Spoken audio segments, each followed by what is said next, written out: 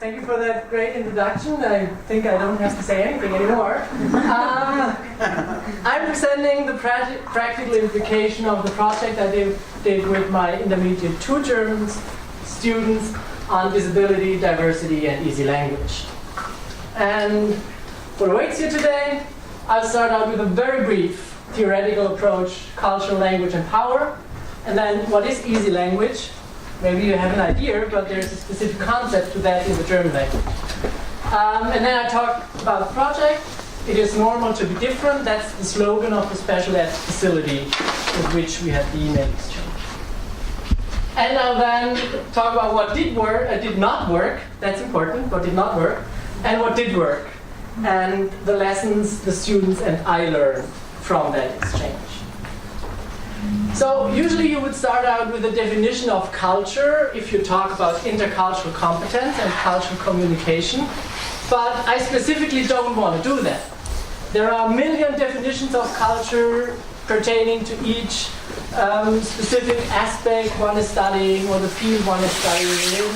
So I just put 2 definitions there that might be valid, but that don't reflect anything that we did in our emails.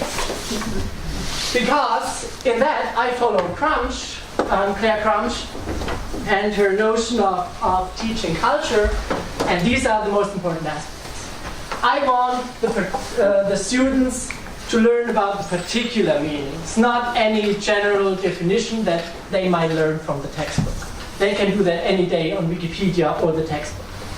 But they should learn about the contextual difference within the culture, within the language, and then bring in their own background, their interlanguage and their cultural knowledge from what they know in their language. By that, I want them to learn about learner variability and about the tolerance of and towards ambiguity within language and within culture to open up their intercultural competency. Because that fosters understanding and shared meaning through a communication with the native speakers in the target language. And that makes it easy on me because I don't have to be that ambassador of culture in the classroom. I might be German born, but I cannot represent all of German culture, all of German language. I was fascinated by the first panel talk. I speak a dialect too, and if I start speaking my regional dialect, nobody will understand me who is further removed from my place, like more than 50 kilometers, and you're done. Yeah? You will not understand me. I want them to be their own ambassadors of their culture and the language and the culture they learn in my classroom. Because access to society is shaped by the language that you bring to it and by the language that you receive from that language. I want the students in that project to shape culture and language through emphatic aspects of their own experience and communication with the native speakers, and produce their own individual worldviews in a way that is not usually represented in the textbook. There's no German textbook we use at Yale that I know of where disability is even mentioned or represented. But they bring a mosaic of experiences within German culture and the problems within the language, with the language, and within the culture and with the culture to the experience and complement what the students learn in the classroom on a more general basis. So I want them to come into relation to narratives and take charge of the language and their narratives of identity and culture. That is really closely tied into easy language, which is a real concept in the German language. It is fairly recently developed by people with mental and learning disabilities, together with legislators, people who form language and the language we use on a daily basis. And it needs to be simple because most of the people can't use the full scope of scholarly language, which makes it easy for the students to negotiate meanings, because the students might just come from a Kafka class or a Goethe class, and they have a concept of the German language that these native speakers would not understand. Yeah? They need easy language, a clear negotiation of meaning, and a clear understanding of concepts. And in a sense, that makes it, I don't know if anybody has did actual OPI testings, where you always prod to the ceiling of a student's language capability, and if the student cannot uphold it, you go a bit lower. That's what they do. They test their own proficiency and the proficiency of the other by continuously renegotiating what they mean and what they want to say. And that's a learning process in themselves. So easy language, the most important thing is take charge and own your own language. And that is what I want my students to do. I don't want them to recite a perfect 18th century poem or something. I want them to make the language they learn in my classroom mean something to them. Yeah? And I think that worked in the project. So it was 8 students, German Intermediate 2, that is 4th semester of German, and 8 exchange partners from a special ed facility. All of the exchange partners had a mental disability, Down syndrome, autism, things like that. They were supposed to write 2 emails per week. It didn't work out so well, but I come to that later. They had topical exercises throughout the semester. So we used the Cengage book Stationen in that course, which is structured along a German city. Students learn about the city. We then also learned how people in that city get around when they have disabilities. How do they perceive the space of the city and the culture of the city? And to round it up, we had Skype conferences, one conference with a special ed facility in Vienna, and one with our own exchange partners in Germany, to just get a sense and talk to them after all that writing. I gave prompts to the students who can actually read that, who's fluent enough in German to read it. Okay, a couple of people. Make it easier on the others. I have the translation. My students didn't have that. So these are prompts. They are helps that they can use. First email, look at the prompt and try to answer a couple of the questions. If you have anything that you want to talk about that comes to mind when you read that, do it.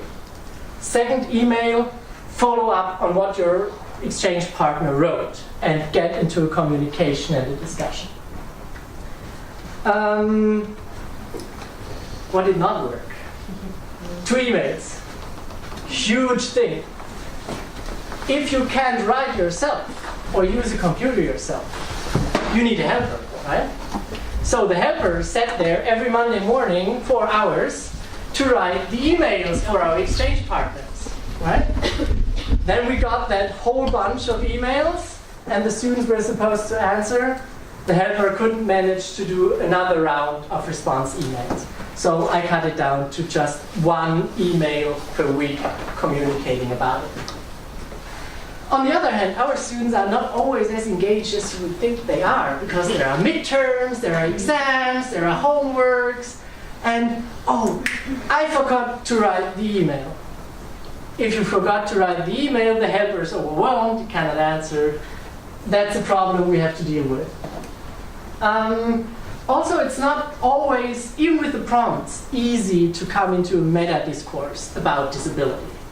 Because for one thing, how do you approach disability when you talk to someone? You are not going there and say, oh, hi, you're disabled, what's your problem? You can't do that. You have to define that in the language. Also, it might be overwhelming you if the exchange partner comes and says, here, that's my disability, that's my problem. I'm honest with that, I don't have a problem, but you have to react to that in some way. And that's a huge learning curve for the students and also for the exchange partners. And in terms of Skype interviews, conferences, time difference, 6 hours. You have to make it work. And some things actually did work. They had communication with native speakers, which was great. They communicated and they used their language skills on the level that was relevant for them. Because now they could talk about the special things that were happening at Yale or in their hometown. I had students from Greece, from India, from all different contexts, and they started to include that, which was really great. One of the students in the post-evaluation said that it was a great way to see how the people with disabilities lived in Germany and get that view on the culture. And of course, it's much better to talk about it, to write about it, than just to read about it in a textbook text, maybe with a picture or something. So I didn't give them any aspect of German capital C culture, but they learned a lot about German culture and what's the sociological things that are going on in the language and in the culture. One student said that if it wasn't for the exchange, he would never have come into contact with that part, or with these people. A very lengthy response, which you don't have to read, because I have the most important things here, is that they could improve their language skills, and they did.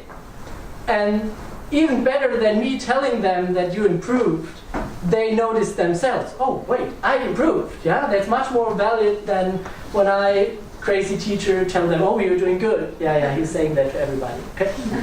No, he's not. They get a different perspective on culture and life, and they connect to that. It means something to them if they can talk about their own background. And it was very important to give them the guidance, because without these prompts, they would have been lost and there would not be much communication going on. So interestingly, none of the students said, although they had problems writing all the 2 emails, that the exchange is an unnecessary addition to the workload. I was really glad, because otherwise I might have not put that thing up, you know. So they really had the experience, they learned something, and it meant something for them. To come to an end here, I hope that it fostered tolerance and openness, not only towards culture and disability, but also to the process of learning language and one's own identity within that language. It was nice to see that the superficial introductions of, hi, my name is, I come from, developed into a more intimate communication between the students. And actually 2 students are still writing emails to their partners, where the parents then said, okay, that's a nice thing, my daughter, my son is so happy about that, I help you, and they are still writing. That is great. They had great connections, non-native speakers and native speakers. They communicated, and they got a sense of the diversity that is possible within the culture and within the language. And I hope I stayed in time. And these are the exchange partners, some of them. And I'm sure they and I thank you for your attention.